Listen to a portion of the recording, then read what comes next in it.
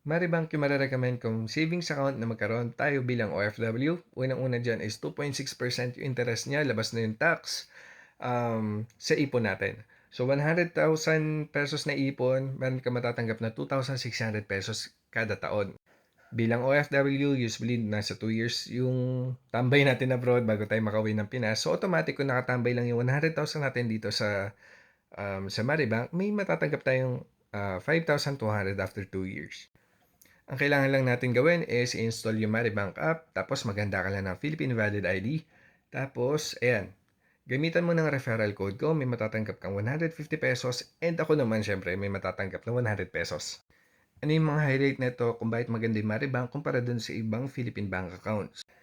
Bakit maganda yung Maribank kumpara dun sa ibang Philippine banks? So, una na dito is yung 3% cashback sa gas. Pero applicable lang to sa mga Philippine gas stations. So pag magbabakasyon ka sa Pinas, magandang meron kang physical card ng Maribank para pag magdadrive ka, para itour yung family mo sa Pinas, is ganito kalaki yung matatanggap mo. Mahal pa naman yung gas ngayon. Pangalawa dyan is yung interest. 3.25% yung nakalagay na interest doon sa loob ng Maribank app, pero tatanggalin natin 20% withholding tax. So, ito malinis na. 2.6% kada taon. Since 2 years tayo abroad, usually.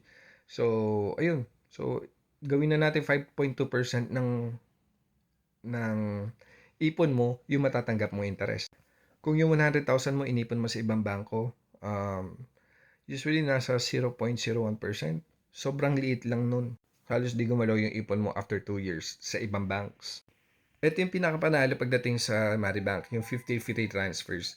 Hindi naman natin magagamit yung 50 free transfers, pero pag kailangan natin maglipat ng pera papunta dun sa ibang mga banks ng family members natin, is wala tayong babayarang transfer fee.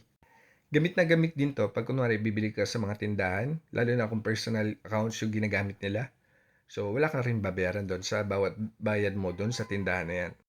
Bilang OFW na nagpapasa ng mga requirements, minsan naghanap sila ng bank certificate. Dito sa Maribank, libre lang. Tapos nandun lang sa loob yung, yung settings para kumuha ng bank certificate. Yung iba kasi, kailangan natin pumunta ng branch, magbabayad pa tayo ng 600 pesos para lang makuha yung bank certificate na yan. Dito sa Maribank, libre. Tapos doon lang sa loob ng app.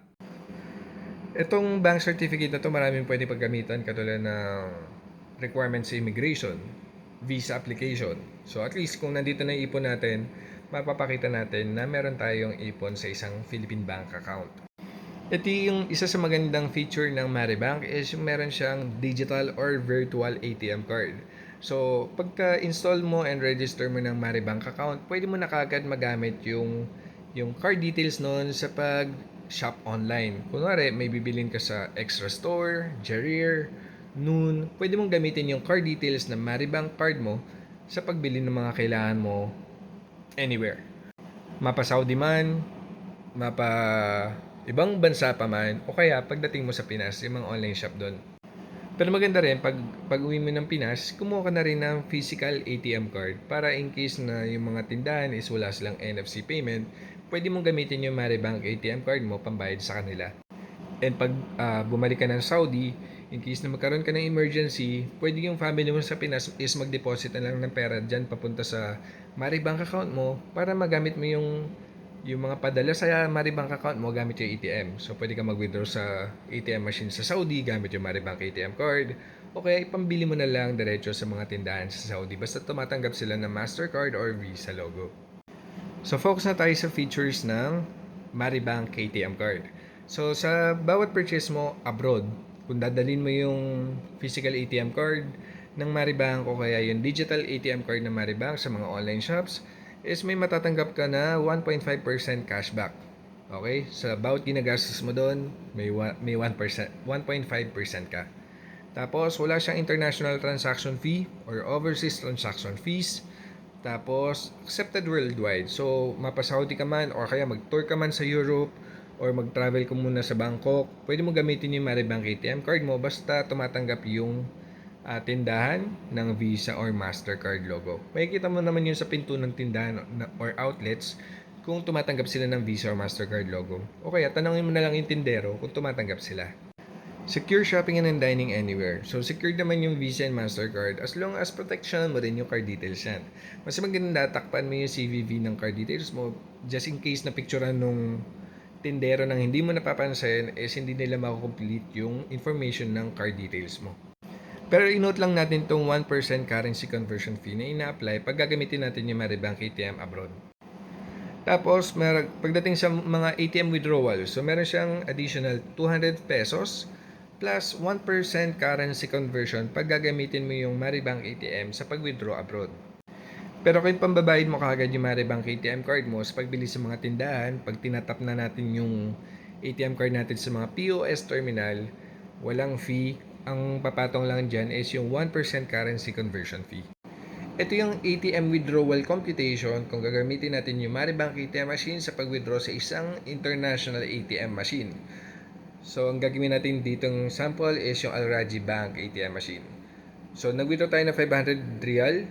Tapos, ang conversion niyan sa Mastercard website is 16.44. Mastercard yung logo ng Maribank, kaya doon tayo tumingin. Tapos, ang amount niyan bale is 8,220.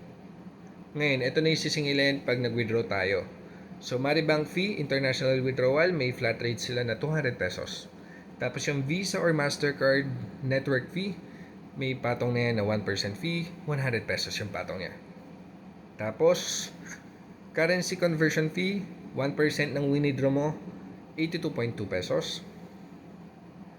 ATM surcharge, ito naman ay sisingilin sa or singil ng Al Rajhi ATM machine sa paggamit ng international card sa kanila.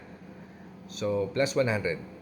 So, from 8,200, so may patong na around 400 plus. So, ang total na mababawas sa Maribank account mo is 8,702.2. Ito naman, kung ipambabayad mo yung Maribank ATM card mo, diretso dun sa tindahan abroad. Kunwari, ginamit mo sa Extra Store, Jarir, o kaya sa isang tindahan na tumatanggap ng Mastercard or Visa logo. Okay. Kunyari, ang binili mo is worth 500 real, 16.44 pa rin ang palitan. Tapos, ang total amount is 8,220. May additional fee lang na 1% nung conversion, so 82.2. Pero may cashback na 1.5 international purchase yung Maribank ATM. So, may matatanggap ka na 123.3 pesos or 1.5% cashback. So, from 8,220, mababawasan siya ng madadagdagan ng 82.2 pero mababawasan ng 123.3 bilang cashback. So, ang total na mababawas lang sa Maribank savings mo is 8,178.9.